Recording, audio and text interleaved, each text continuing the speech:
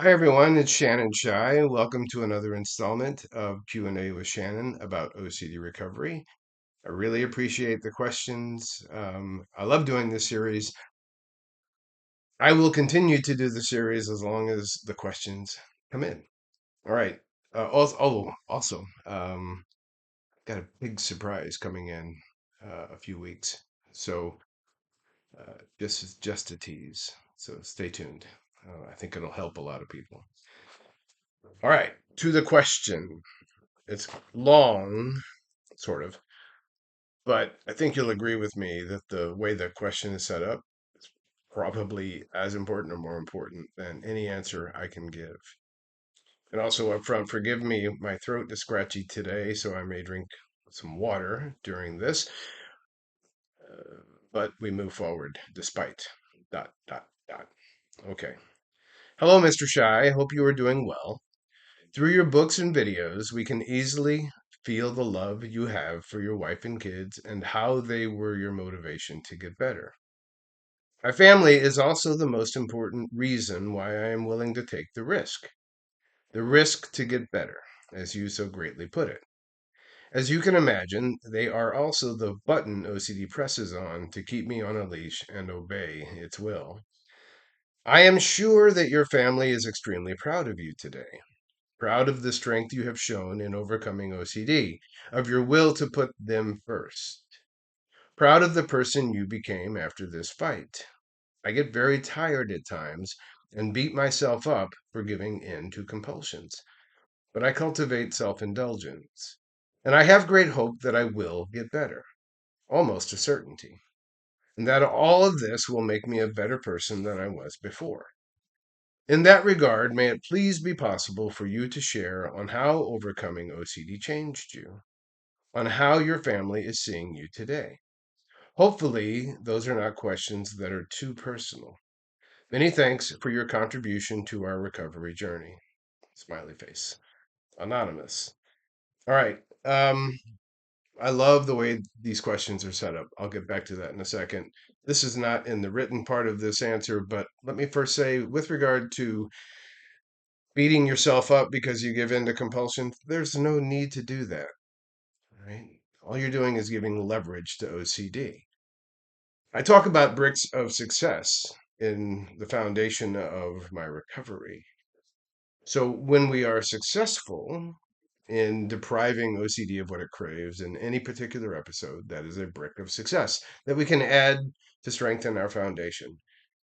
But even when we're not so successful at depriving the disorder of what it craves, like we give into a compulsion, that can be a success too if you reflect on what happened, right? What was the thought? How did it affect me? What did I do? How might I do things differently the next time? And then you try that the next time. You try harder. That is a success, and you can add it to your foundation and strengthen the foundation. Okay, back to my answer. I love the way the question is set up. It has hope, it has purpose, it has resolve. I can't overemphasize how important that perspective, those perspectives are to recovery, right? So for me, OCD hit me really hard in my early 20s through my mid 30s. And then ultimately it released its grip and it doesn't affect me anymore. I was 34 years old when I was diagnosed in 1997. And gradually the disorder loosened its grip, right? I stopped seeing doctors and taking medicine in 2003. Still had symptoms, but they were becoming few and far between. The last real OCD episode I can remember, I was in Hawaii in 2010. I saw a cigarette burning near a hotel, and OCD took hold. Ultimately, I snapped out of it and said, "Hey, you know what's going on," and I applied the strategy and moved on. Since then, I don't recall OCD adversely affecting me. And now it doesn't affect me at all. I did the work. Um, how did it change me? Well, I gained my freedom back, right? I went from this man filled with bizarre thoughts who was engaging in these time consuming, exhausting behaviors that were, by any objective observation, very quirky, to OCD not affecting me at all anymore, right? No obsessions, no compulsions. I see life clearly. I wake up each day looking at the day as an opportunity to achieve. I am fully present for my family.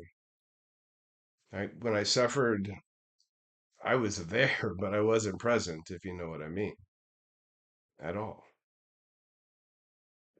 And yeah, my family was really important to me. They were really important. They were a primary motivator, but they weren't the only motivator, right? My own quality of life,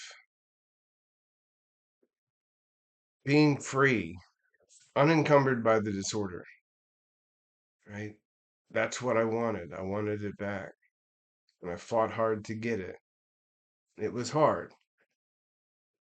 How does my family see me? Well, that's how they see me now, right?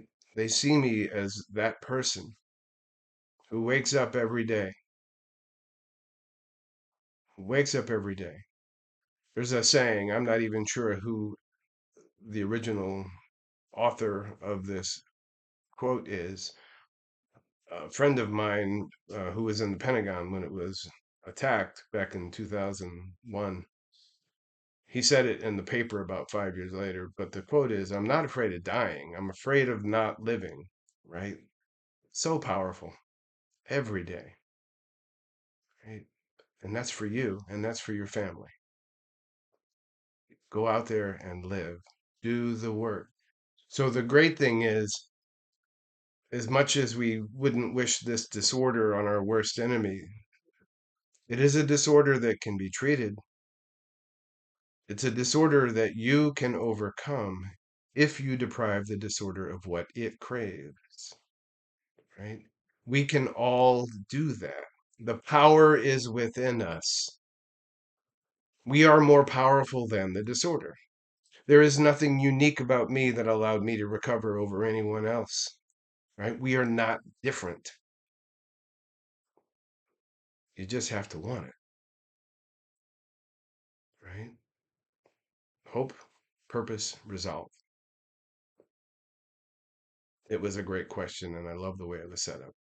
So go forth and conquer. Go for it. All right. Talk to you later. Bye.